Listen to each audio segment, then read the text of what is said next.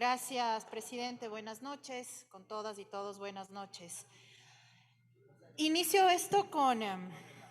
mi intervención con una clara burla, o al menos así lo considero, puesto que en la cuenta de Twitter del presidente de la República se ha informado que entregó la condecoración al orden nacional al mérito en grado de Gran Cruz a la ministra saliente Jimena Garzón. Es decir, nosotros aquí nos hemos pasado todo el día evidenciando lo que pasa en el sistema de salud. Y el paro nacional tuvo como uno de sus motivantes la crisis del sistema de salud, lo que significó una supuesta declaratoria de emergencia que después era evaluada por la misma ministra para que días después se declare como tal. El sentido de urgencia en el gobierno nacional no existe, pero además, digámosles a los 70 niños de los que hacían referencia tanto el presidente de la comisión como mi compañera Luisa González, que fallecieron a falta de medicamentos y atención, que la respuesta del presidente de la República ha sido condecorar a la ministra de Salud. No me estoy inventando, ustedes lo pueden ver.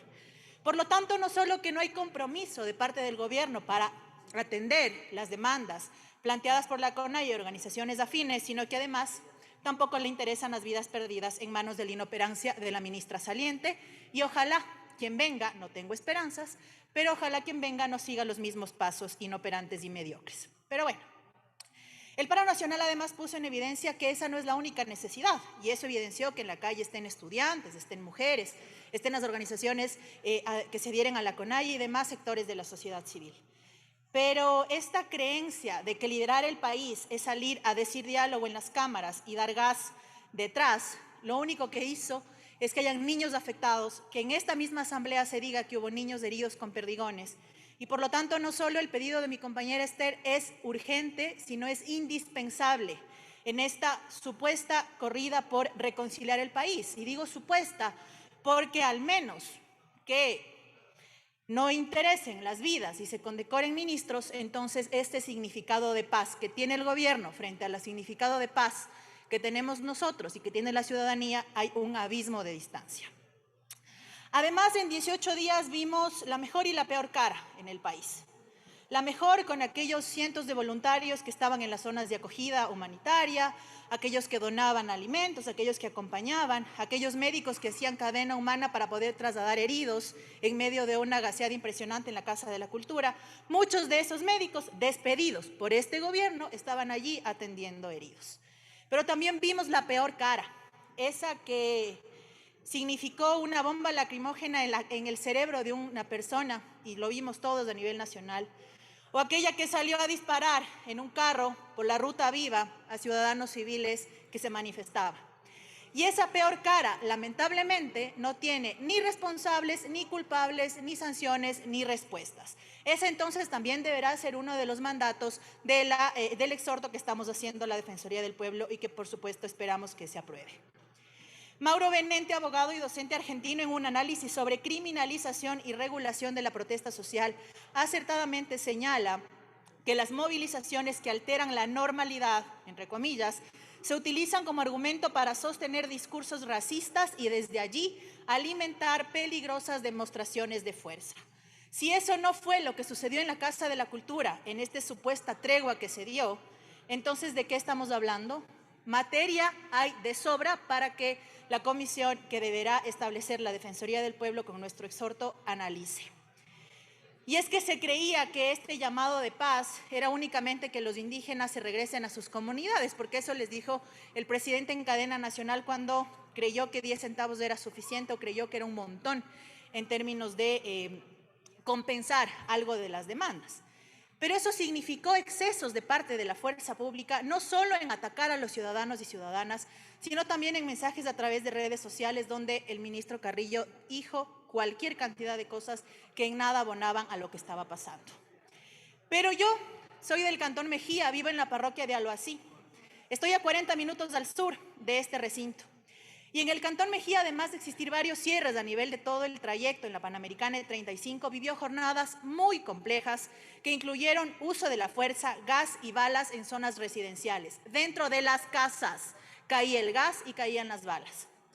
En un cantón de las características agrícolas y ganaderas como el mío, para atender el abigeato hay 4 policías ambientales. 4. Cuando al día se pierden 5 cabezas de ganado, hay 4 policías que no dan respuestas.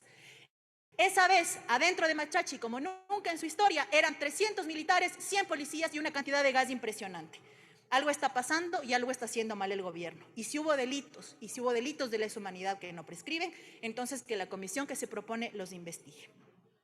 Lo mismo ocurrió en el barrio La Merced, parroquia de Tambillo. Mientras en la primera mesa de diálogo se decía que la paz había vuelto al país, lo que pasaba dentro de esa parroquia eran carros de policía circulando, lanzando gas, afectando nuevamente a los domicilios. Y si esto no fuera suficiente, el 29 de junio se dio otra irrupción de parte de la fuerza pública en diferentes puntos, afectando principalmente a la olla común en esos sectores, similar a lo que pasó en San Miguel de Común.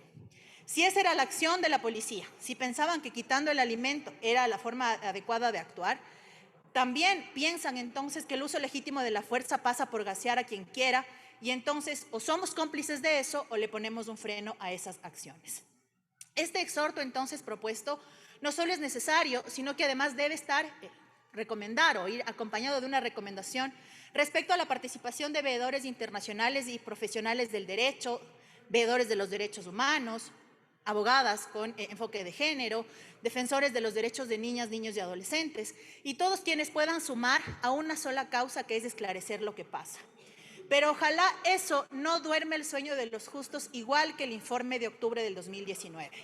En ese informe hay mutilaciones confirmadas, desapariciones confirmadas, detenciones arbitrarias, asesinatos, pero se tapó, y quizás esa es la decisión del gobierno. Silencio, ceguera y sordera. Una asambleísta de esa bancada hasta lo cantó un día en este mismo pleno. Por lo tanto, me permito respaldar lo que ha presentado mi compañera Esther Cuesta y mantener la cercanía con la Defensoría del Pueblo, por supuesto, en el ámbito de nuestras competencias, para que además este grupo de profesionales llegue a los territorios como mi Cantón Mejía y cuanto territorio haga falta. Porque en el frame mediático se creía que únicamente estaban pasando cosas entre la Casa de la Cultura y la Universidad Central. Y las marchas de la paz, entre comillas, creían que Quito empezaba en la Orellana y acababa en Ashiris. Pero resulta que en el Cantón Mejía, 40 minutos al sur, y en Imbabura y en diferentes partes del país, en la Amazonía, etcétera, estaban pasando iguales vulneraciones a los derechos. Por lo tanto, es una responsabilidad para que efectivamente este llamado a la reconciliación sea real, con la verdad enfrente. Gracias, presidente. Asambleísta Peter Calo tiene la palabra.